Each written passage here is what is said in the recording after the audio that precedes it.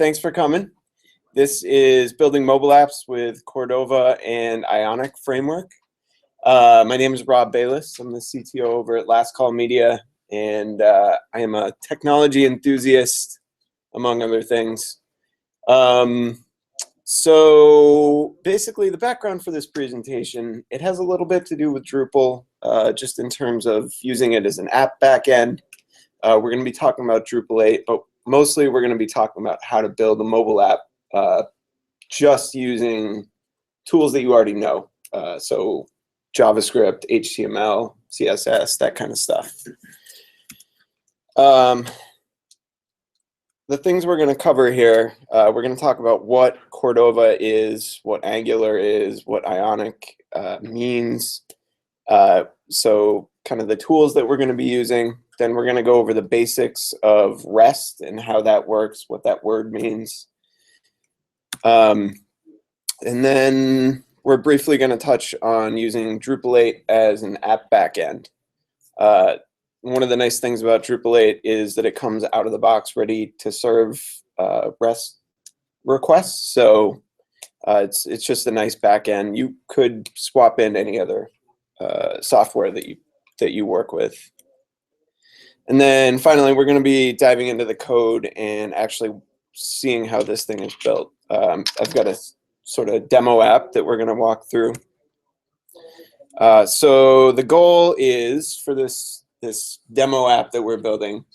Imagine we have a popular media site about all different kinds of pets. We have a website, but we want to deliver our content to users on mobile devices. So we really want them to have a nice focused experience. Where they just download the app and they get access to all of our stories. The goal is that we want our content creators to be able to create content in a single location, that being the Drupal site in this case. And then we want to serve it out to both desktop browsers and the mobile app. And so for the admins, they just get the single interface, but it streams out into multiple places. So the name of the app is Tall Tales. This is, like I said, an app that you can read stories about pets on. It's totally fictional, does not exist. But if anyone wants to build it, go ahead. We're just going to walk through the wireframe of the app. You're going to choose what sort of animal you're interested in. So cats or dogs, that's sort of like a universal choice. And then once you choose an animal, you're going to get to choose a story. Once you choose a story, you're going to get to read the story. And the story consists of an image and body content. And then there's obviously a title for the story as well. So really simple functionality. Just that's sort of what we're going to focus on because it's an easy target for us during this presentation.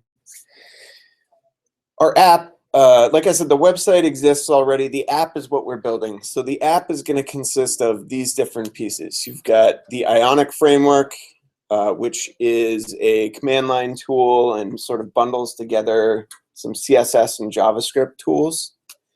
You've got Cordova, which is an Apache project it's open source, and it allows you to package up HTML apps and put them into what's called a web view for either Android or iOS.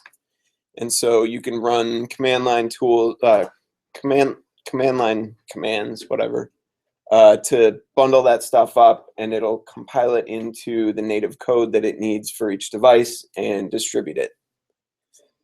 And then last but not least, on the JavaScript side, you've got Angular.js. And I think, yeah, I'm going to go into a little more detail here. So the Ionic Framework is kind of the glue that binds all this together. It comes out of the box with Cordova, Angular.js, and CSS framework named the Ionic Framework. So that's kind of like the wrapper for all of this. You don't necessarily need Ionic. You can use Cordova on its own. And you can integrate Angular into that if you want. But Ionic is a really easy way to get started. Like I said, Cordova is the platform that we're going to use to actually build these applications. It takes the HTML, CSS, and JavaScript and bundles it up for you. And then, has anybody worked with Angular before? A couple people. So Angular is really good for creating single-page apps where you have a single, single HTML page that does many different things. You can click things and screens slide in or slide out, or different interactions happen on the page. So if you think about what we're actually doing in the app, that's sort of what we're doing. We have a single web page and we want a lot of stuff to happen within there. We're not going to be going from one page to the next. We're going to be having one page and things are going to transition in and out. And then on the back end, we've got Drupal, and that just serves as our content repository and provides an API for us to get that content out. How many people have worked with a REST API? A couple more hands. Cool. So you guys are probably familiar that REST is a set of architecture principles for getting access to your content. REST interactions are always going to happen through a single HTML endpoint per sort of entity type that you have. So you've got endpoints, and then to each endpoint. So for example, in Drupal, node is an endpoint. So the URL/node. To get things from that endpoint or to interact with nodes on your site, you have a couple of different methods you can use. There's the get method, which is to retrieve a resource. The post method, which creates a new resource. So if you wanted to create a new node on your site using a REST API, you would post to node. And then there's the put method, which is typically used for updating an existing resource. And then, of course, delete, which gets rid of a resource on the site. When we say resource, that sort of maps directly to a single Drupal entity. All right, so we know that requests have an action that's associated with them that we just looked at. These endpoints are structured URLs, so the node endpoint. You've got /node, and if you issue a GET request to that endpoint right there, you're going to get a list of nodes. If you issue a GET request to node/1, you're going to get a single node representation back. And then same with post. When you're creating a new node, you're not going to know the ID, so you post it directly to /node. With put, you're going to be putting requests to node/1 and then delete, similar thing. So that's kind of the basics of REST. And then there's also the concept of the format of whatever you're pushing and pulling around. So when you've got a REST endpoint, you can typically accept multiple formats. You can have JSON as a pretty common one. XML is another pretty common one. And there's this one called HAL-JSON, which is enriched JSON. And we'll take a little look at that later on. But so that just refers to the body of the request that you're sending or the response that you're getting in the format that that's in. So in Drupal 8, you're going to be able to create a REST endpoint. You're going to be able to enable different actions on that endpoint, which would be the HTTP verbs that we looked at. And you're going to be able to enable different formats on that endpoint. Time to look at some code. My favorite. All right, so I think it probably makes sense for us to start by looking at this site. And so this is the Drupal site that we've got set up. Obviously very simple. We have two categories. When you click on a category, you see a tale of two kitties. I click here, and then I see this wonderful story. Cool. So that's essentially the workflow that we're going to use for the app as well. As far as the setup of the site, we've got a single content type called article. And then within that article, we've got, how many of you, just out of curiosity, are familiar with all of this back-end stuff in Drupal? Is anybody looking at this and like, I have no idea what I'm looking at? Yeah? Okay. So essentially, there are these objects of content in Drupal called nodes. And what we're looking at right now is the fields that are on the node. So you've got a body field, you've got a category field, you've got an image field. And these are... show the edit page to make those. Sure.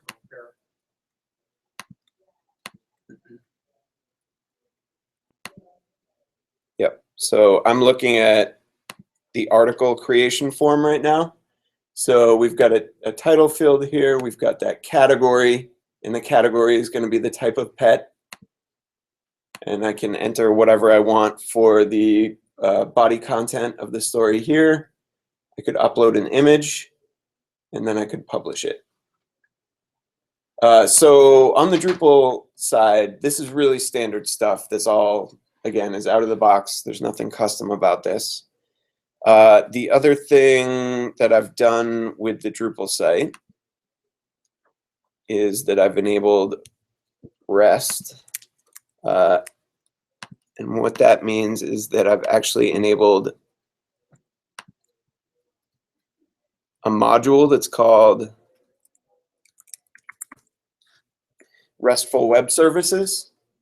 And this, again, comes with Drupal 8. And I've enabled this REST UI module, which is just to allow me to show you in the browser exactly what the configuration settings are for the module, the REST module.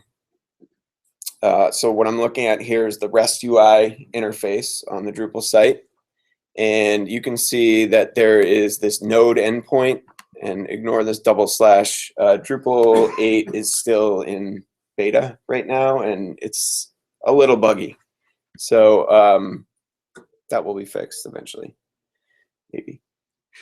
But so we've got these resources enabled on our site. We've got content, file, and taxonomy term.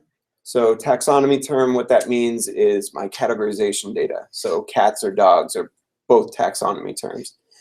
From my app, I'm going to need to be able to get a list of the taxonomy terms that are available to me on the site and retrieve those. And then file is so that I can get information about the images that are attached to these articles. And then, of course, the content one contains most of what I'm going to need. And if I take a look at the content endpoint, you can see that I've only enabled GET requests to this endpoint. And I've only enabled it for HAL-JSON and JSON formats. So when I issue a JSON request to JSON GET request to node/1, I'm going to get the JSON request back for that article. Pretty similar setup with the file and taxonomy term. One additional thing here, right now in Drupal's RESTful API module, it doesn't provide a way to list content, which is something that we need. So luckily, they have the views module in core now. And views is a way that you can create content displays through the interface without needing to code anything. So what's nice is in Drupal 8, I can now also create a RESTful view. So I've created a RESTful view for categories, and that will list categories for me. So when I go to API/categories, I'm going to get a JSON representation of all the categories that are in the system. And so you can almost think of that as what should be at this endpoint. So if I went to taxonomy/term.json, I would expect to see what I'm getting out of here, but it's sort of broken at the moment. So I've worked around it. And then I have a content view that does, or sorry, I have a content by category view that does the exact same thing. When I hit API/categories/number, I get all the article content for, I think category 1 is cats. So this is all the cat article content. So this is the stuff that we're going to be importing into the app and using. And then that is it for the RESTful side of this. Does anyone have questions on the Drupal setup? Is this only going to work in 8? No. You can do the same thing in Drupal 7. It's just a lot harder. You'd have to cobble together the modules to do it. Yeah, I think the reason I went with 8 for this demo is primarily because of it's out of the box. There's not a lot of explanation needed. Okay, so I do want to take a look at the code, but first,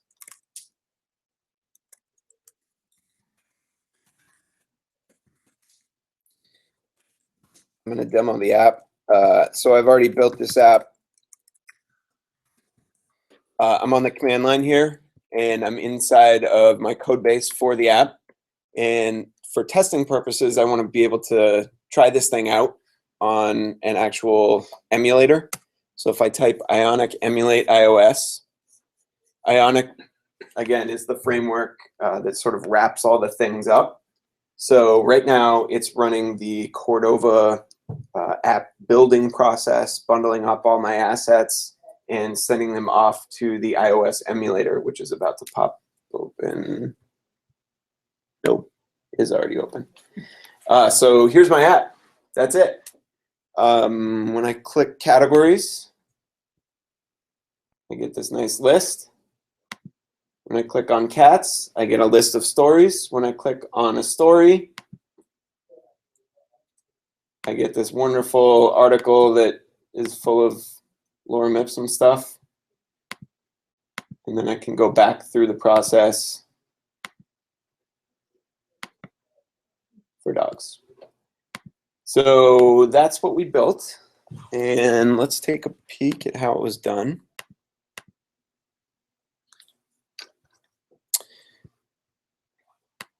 All right, let's see if I can blow this up.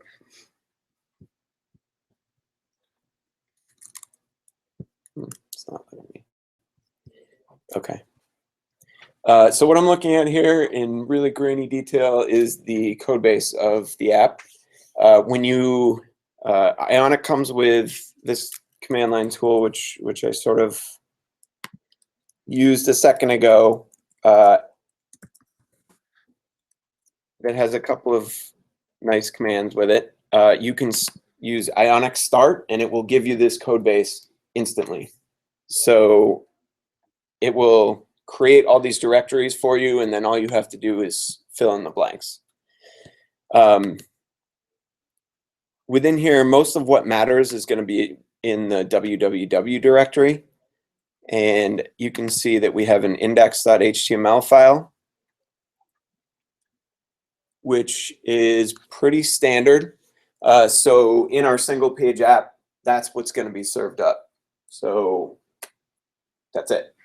And then we link to the assets that we're going to need to build the application. So we link to the Ionic CSS. We link to our own custom styles here. And then we link to the Ionic bundle, which includes AngularJS, Ionic, Ionic's JavaScript, and a couple other things.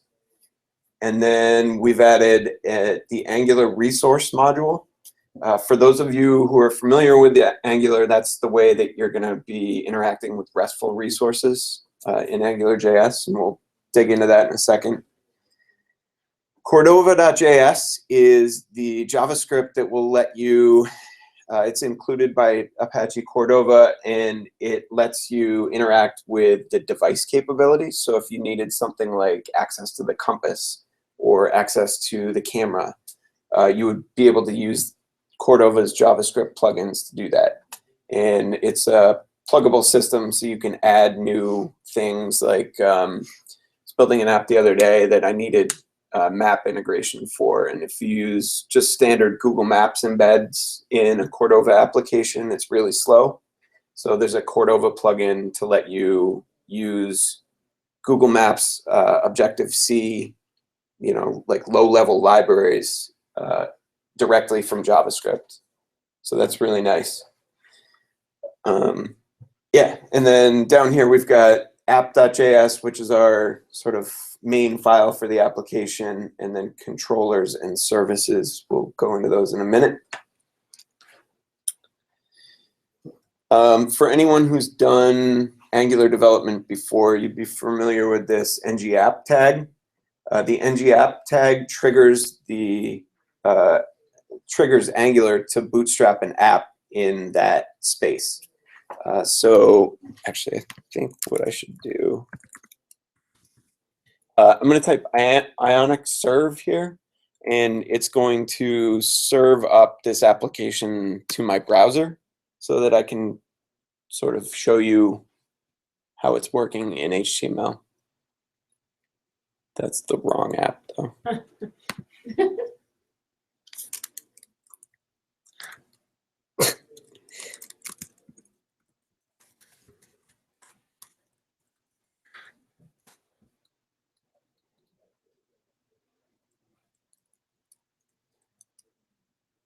There we go. That's better. Okay. So if we inspect element on this, we can see that the Tall Tales application has been booted here, and then a bunch of stuff has been done. We've added some body classes and stuff like that. So back in index.html, we've got this Navbar directive. These tags are specific to Angular, and they essentially get replaced when the Angular app bootstraps by something that Angular knows about. In this case, it's Ionic Framework's Navbar. So if we look at the second page of this app, that's this right here. And that gets filled in with the back button and the title. And then you've got the nav view, which is the rest of the page. And so what this is saying is we've got an area where we've got a view, and then we've got an area where we've got a nav bar. We don't know what goes in there yet, but we're going to look at our application to figure it out. Inside of our JavaScript, you can see that we create a Angular module called Tall Tales, and this name corresponds exactly to what we had on the index.html. Says that when we boot up this app, we're going to configure the state provider, which is essentially a URL router, so that when, blow this up a little bit.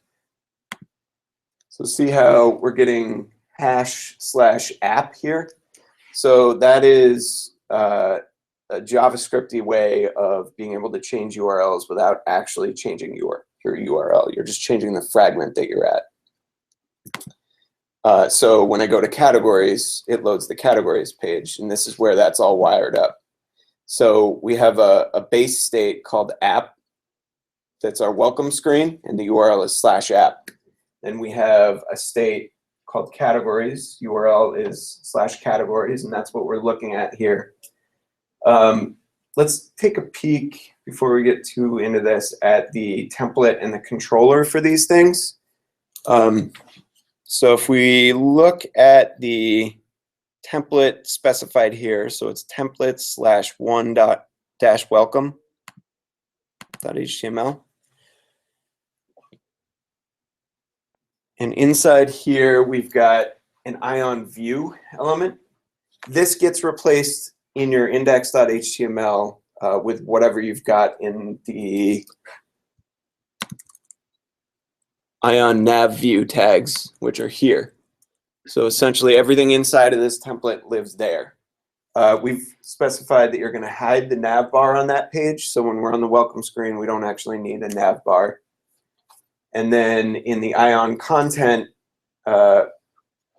we've put in an image, which is our sort of big logo. And then we've put in a button. And that's it. It's worth noting here this link, which is the button on the welcome screen. This link uses that fragment navigation #/categories, so we're going directly to the categories URL there. If I were to forget the hash, it would actually reload the page and take me to something that didn't exist. So, moving along. Oh, rights. So, Angular uses sort of a model view controller paradigm where you've got the view, which is the template, and then you've got the controller that populates any variables that you're going to need. So we do have a controller for the welcome page, but it doesn't really do anything. All it does in this case is set the logo. So if you look at this, we've got the welcome control. It accepts a single argument called scope, and it sets scope.logo to an image. So scope is a magic variable in Angular that that populates the variables for your template. So when you're inside the template, anything that you've set in scope becomes available to you. So if I set scope.logo in my controller, when I open up my welcome template, you can see that I've set the image source to brackets logo. So that double brackets logo gets replaced with the logo path. So I just did that so that we'd have a simple example to look at. Does anybody have questions on that stuff? All right, moving on to the categories page. The categories is pretty simple also, at least at the template level. So we've got categories template. Again, the Ion view and Ion content elements. You'll notice that we're not hiding the navbar here, so we get the view title displayed up in the navbar, and that is what changes that. Down below, we've got div class list, and then we've got a single link that has this ng repeat attribute to it. ng repeat just means loop through a list and repeat this element as many times as there are items in the list. So we're going to loop through the categories variable, and inside of the categories variable, we're going to print category.names0.value. If that looks familiar to anyone, that's coming directly from Drupal, and it's kind of gross, but you know. We put up with it. Yeah, exactly. And again, we're linking to #/categories/ whatever the TID of the category. That's the term ID. So it's just the unique identifier. And so when that renders, you can see that what we end up with is this link, which is #/categories/1, and then the term name down there.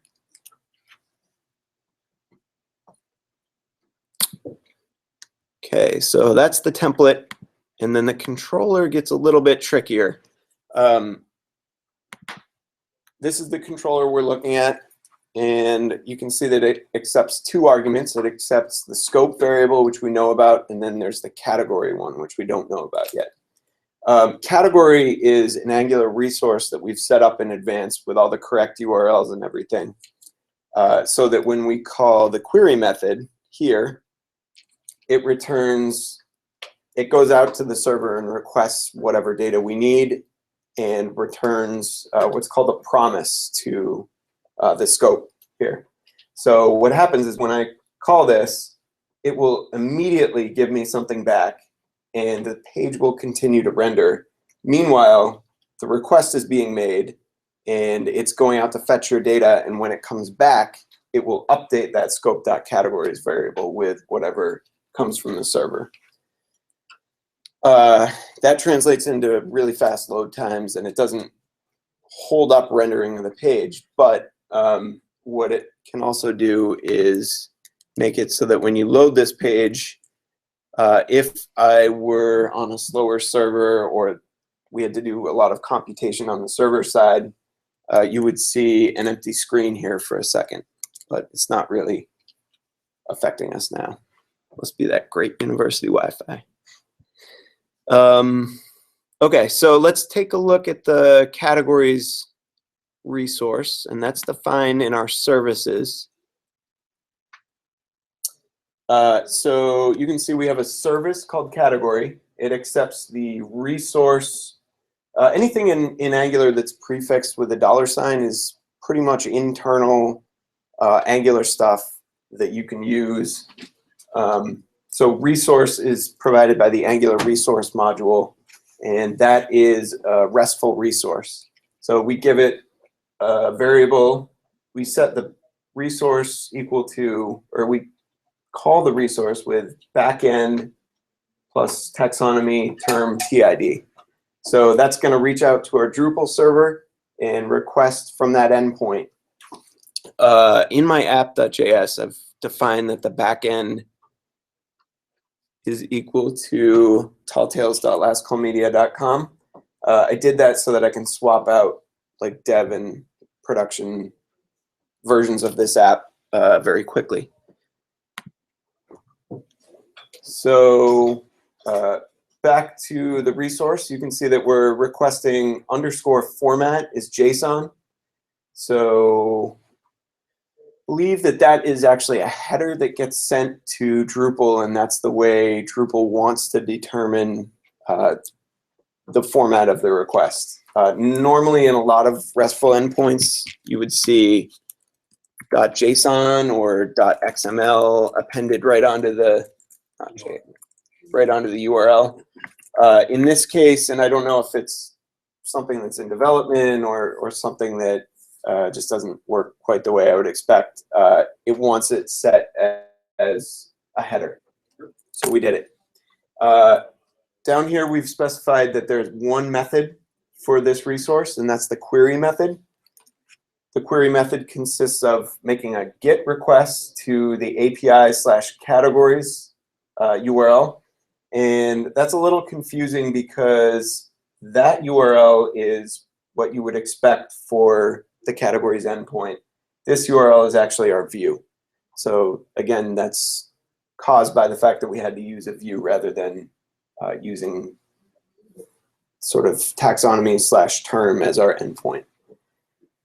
And then we've specified that the query method returns an array of things, so it's a list. So back to the controller, we call the query method, and it returns our categories. And then those categories get rendered out in the template. Just walking through again. I just clicked through off the categories page to the category articles page. The URL, template, controller.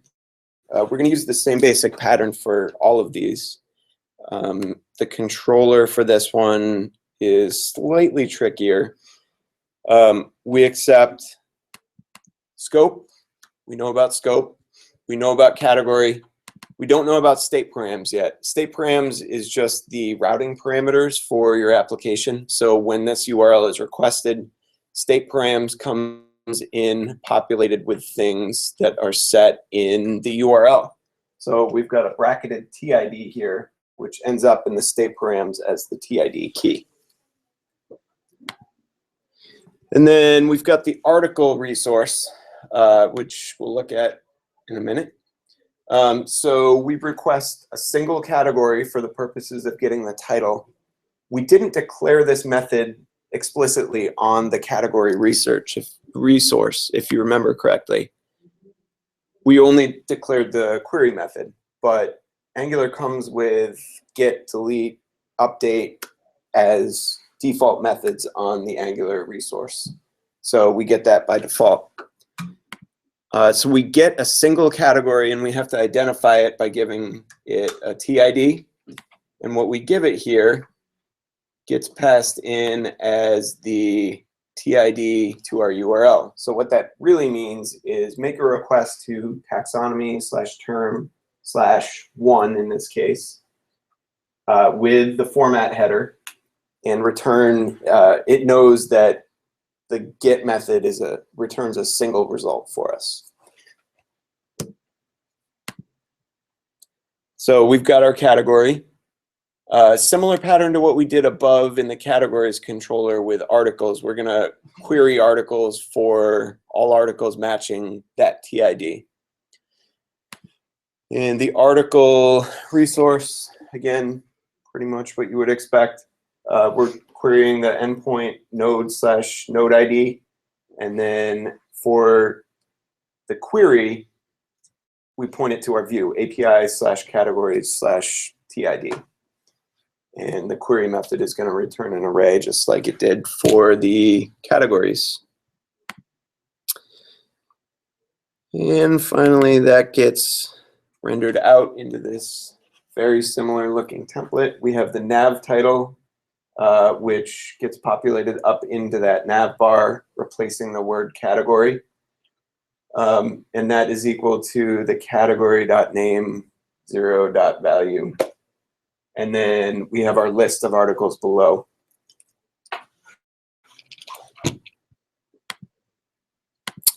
All right, and last but not least, we have, go to this story. It's my favorite one, Dog Quixote. So we have the article state. So we're in the article state right now. It's at articles / whatever the node ID is. If we look at the controller for this one, we're doing a little bit of fancy footwork here. Looking at the arguments, we know about scope, we know about state params, we know about article. File is just another resource. Here we're doing a query, and we call article get with the node ID. But then the second argument to get, we're passing in an anonymous function that does some stuff. So what happens is we get this article back, and I'm actually going to show you this in the browser. So I'm going to go to the network tab, and I'm going to look at, okay. So this here is a request to node/4. Oh, I was wrong. It's not a header. It's a URL parameter. That's nice. Node/4 is the node that we're looking at. And if we look at the response, what we get back looks a lot like what you would expect to see for a node. In Drupal 8, things have changed a little bit. Even properties like title, which were previously just single value, are using the same multi-valued structure. But if we look at this image field, what we actually get back for this is not super useful to us. It's a target ID. So we need to do an additional query to find the URL of that image. We can't just say, show me 6. So that's why we make a call to the file endpoint. And so we call file.get with an FID that is the target ID there. And that loads up the file, which we can print the URL of. It's worth noting here that I mentioned promises a second ago, where article.get actually returns a promise. So it doesn't actually return the result right away. If we need the result, which we do to make this file retrieval call, we need to pass it in as something to be called after the function is done, or after the retrieval is done. So that's why I set up this function as the second argument to get. This says, go get that article, and when you're done with it, also go get that file. Basically what we're doing there. And yeah, the file resource is really similar. We're using the how.json format for that, which, just for kicks, I'll show you what that looks like. So you'll notice here that we have no underscored paths on the regular JSON. If we look at the HAL JSON version of it, we end up with underscored paths that contain links and embedded. And so what I needed access to was the links for this file, which are self. So this is the actual path to the image. So it's in HAL. HAL is hypertext application. I don't know, something. But anyway, it's additional metadata about the object that you're retrieving. So in this case, it's a URL that's really useful to us. So that's why we requested HAL. And then in the template, again, we have the title of the article, which we print up above. And then down below, we've used some of Ionic CSS.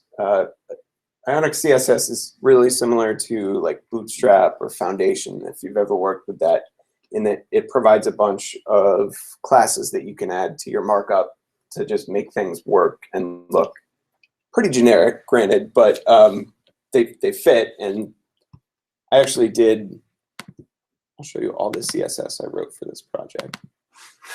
That's it. So, yeah. I can't read that. What does it do? Just that's a background color. Okay. Yeah. Actually, is that true? I feel like I might have. No, that's it. Okay. So yeah. So anyway, those classes. This is all available on Ionic's website, and I won't get too into it, but you can see what all those things do. There's like a card view, which is kind of like this. It's kind of a terrible screen, but it's got this nice border around it, and it kind of makes it look fancy. Anyway, so we print out the image, which we've gotten back from the server. I wonder if we can get a delay here.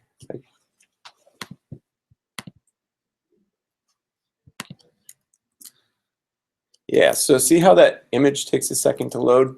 That's not just the fact that we need to go out and request the image file itself. It's also due to the fact that it's requesting the article, then it's requesting the image data, then it's requesting the actual image. So it's fast, but you can sort of see the delay there and how that promise works. It's requesting one thing, then the other, then the other. And then we just print out the body using this ng bind HTML attribute that is kind of like saying, just print all this stuff out. We know there's HTML in there. If there's any really dangerous stuff, escape it. But we accept that we're going to be printing images and stuff like that. So that's that. Does anybody have questions about any of that stuff? It seems to me that there are two improvements you could make by using views a little more. Mm-hmm. So first you could say, well, these node endpoints and taxonomy endpoints are available to me, sure, but they're inconsistent with the URLs I have to use from views. Yep. So just don't use them. Just use views. Yep. And you can make your URL structure more consistent. The second thing is what you were just talking about, this sending 3 requests. Mm-hmm. So one to get the node data, yep, second to get the file ID, and then the third one to actually get the image. Yep. You could eliminate that middle one, yep, by using views a little more. Absolutely. Okay. Yeah. I think that what I was really going for here is demonstrating how to use the REST endpoints. And views was something that I had to do as a workaround to that. But you're absolutely right that if you were going to put this out into production, you would probably want to make it a little more efficient by combining most of the stuff into a view, caching it. You know, there are a number of things that you could be doing to minimize the round trips that your app has to make to the server. Yeah. And then you'd want to put all your images on the CDN. Sure. Yeah. Yeah. Yeah, I mean, that's the nice thing about this, though, is that you could make those sort of back-end modifications very easily, you know, other than changing the URL structure. Once that's out there in the wild, you pretty much have to leave it because you may have users with old versions of your app or whatever. So be very careful when you build an app to use endpoints that are going to stay. Even stuff like adding or removing fields from your entities in the future may cause problems for apps that haven't been updated. So definitely something to think about. Fortunately, this app is never going to see production, so I don't have to worry about that. Let's see. I think that's. Is there anything else I wanted to talk about? Oh, I'll show you the Ionic website. And I guess small thing. How did you generate the forum text? Oh, I think it was like Petipsum or something like that.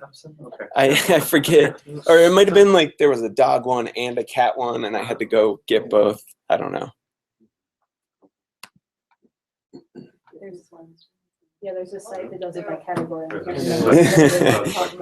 Yeah. Meet the Ipsums. There's got all this list. Nice. Yeah. Nice. So yeah, this is the Ionic CSS stuff, and you can see like what a card looks like.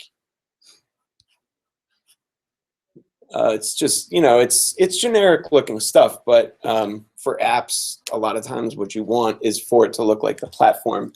The other thing I'll say really positively about Angular and the appearance stuff is that the appearance gets customized based on the platform that you're on. So what ends up happening is when Cordova goes through and compiles things, there are hooks that can be run, and Ionic hooks into the build process to say, all right, what platform are we building this for? If it's Android, go ahead and add a class. If it's iOS, go ahead and add a class, and then it targets the CSS accordingly so that it can have one look for Android and one look for iOS that are both sort of more native feel.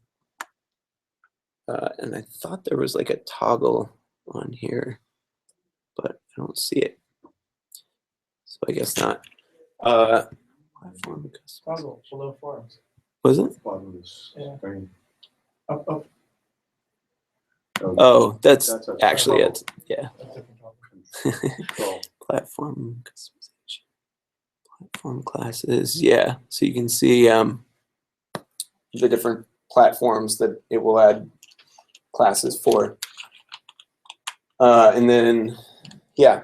So, I mean, the possibilities with this thing are endless. And one of the things I really like about this Cordova, like this idea, is that we're already web developers. You don't need to go out and learn Objective-C. You don't need to go out and learn Java.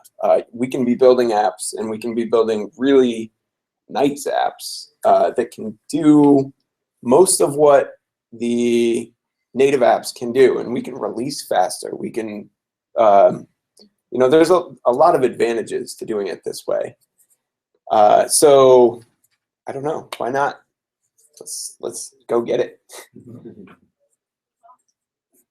So how much more work would you have to do to get that actually on your phone rather than in the browser anyway? Yeah, so there are a few steps specifically for iOS. You have to put your device into debug mode, and then you have to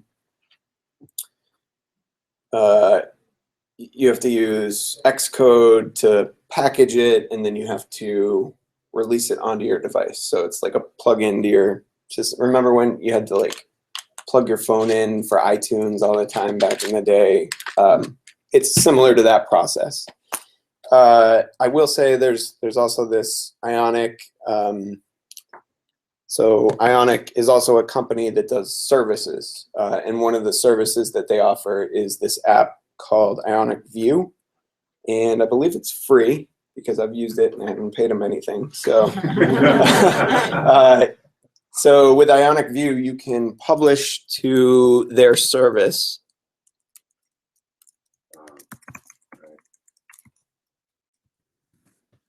Using, what is it? Ionic Upload.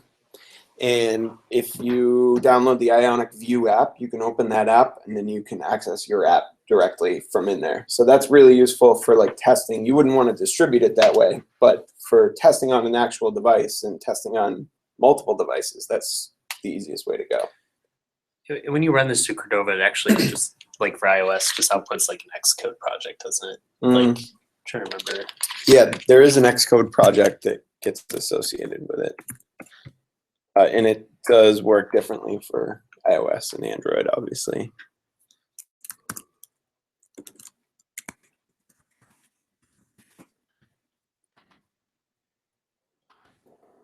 iOS. Yep, Xcode project.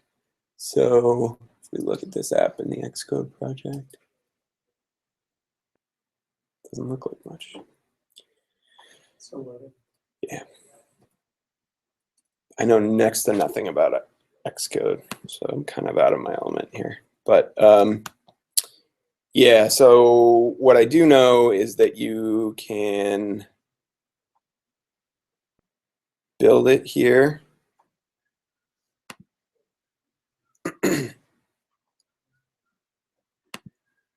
Succeeded. And then there's a way that you can archive it.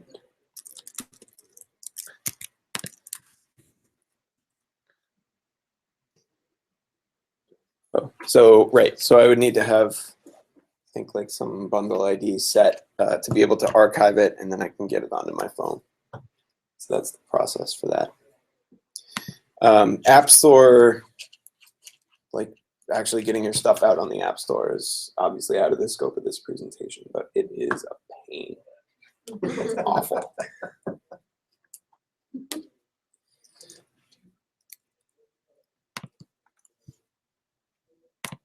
Cool. So that's all I had.